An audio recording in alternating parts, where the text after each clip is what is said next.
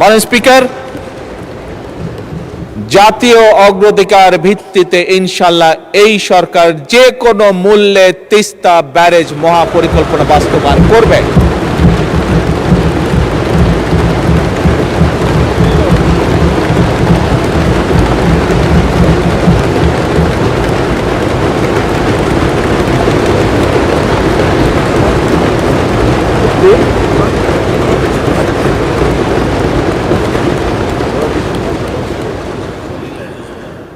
মাননীয় স্পিকার, একটি দেশের জন্য শিক্ষিত, দক্ষ এবং নৈতিক মূল্যবোধ সম্পন্ন মানুষ হচ্ছে সবচেয়ে বড় সম্পদ একটি দেশের জন্য।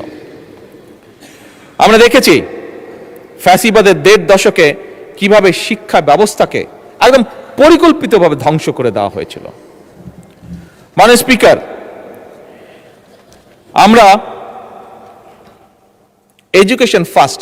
মাননীয় স্পিকার, আপনি জানেন ভালো করে, কয়েকদিন আগে আমি যখন মালয়েশিয়া ট্যুরে গিয়েছিলাম, এয়ারপোর্ট থেকে যখন আমরা শহরে যাচ্ছি, আমাদেরকে যখন নিয়ে যাচ্ছে, তখন এয়ারপোর্ট থেকে বেরোতেই বিশাল বড় এক সাইনবোর্ড, সেই সাইনবোর্ডের মধ্যে লেখা ছিল এডুকেশন ফার্স্ট।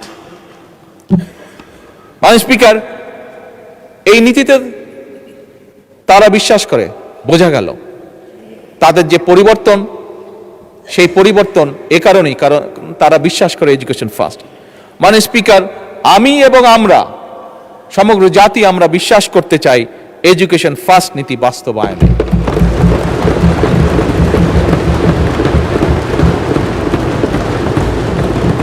এবং সে কারণে মাননীয় স্পিকার, প্রস্তাবিত বাজেটে বর্তমান সরকার দেশের ইতিহাসে শিক্ষা খাতে সবচাইতে বেশি বরাদ্দ রেখেছে। এবং মাননীয় স্পিকার, আগামী অর্থ বছরে শিক্ষা খাতে বরাদ্দ জিডিপির 2% উন্নীত করার প্রস্তাব করা আছে। এবং মাননীয় স্পিকার, আমরা আমাদের সর্বোচ্চ চেষ্টা দিয়ে, বর্তমান সরকার সর্বোচ্চ চেষ্টা দিয়ে, আমাদের লক্ষ্য থাকবে আগামী 5 বছরে শিক্ষা খাতের বিনিয়োগ জিডিপির 5% উন্নীত করা।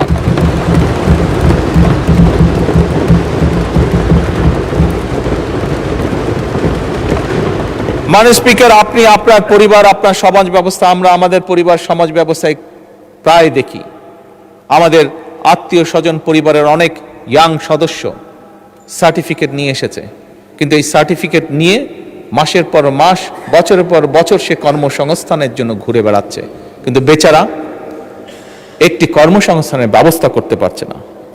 মাননীয় স্পিকার, আমরা এই সার্টিফিকেট সিস্টেম, হ্যাঁ সার্টিফিকেট অবশ্যই থাকবে, কিন্তু এই সার্টিফিকেটে নির্ভর যে শিক্ষা সিস্টেম, এটির আমরা পরিবর্তন করতে চাই মাননীয় স্পিকার।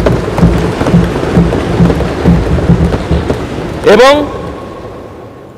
এই পরিবর্তনের মাধ্যমে মাননীয় স্পিকার, আমরা কারিগরি শিক্ষার মাধ্যমে একটি কর্মমুখী শিক্ষা ব্যবস্থা গড়ে তুলতে চাই, যেখানে একজন তরুণ, একজন যুবক শুধু সার্টিফিকেটের উপরে নির্ভরশীল থাকবে না, বরং তার এমন কোয়ালিটি থাকবে যেটার মাধ্যমে সে নিজে কনফিডেন্ট থাকবে যে শুধু সার্টিফিকেট আছে এটাই তার ভরসা হবে না, তার নিজের যোগ্যতা, তার নিজের কোয়ালিফিকেশনের উপরে তার নির্ভরতা থাকবে, তার আত্মবিশ্বাস থাকবে এবং সে নিজের পায়ে জীবনে উঠে দাঁড়াতে পারবে।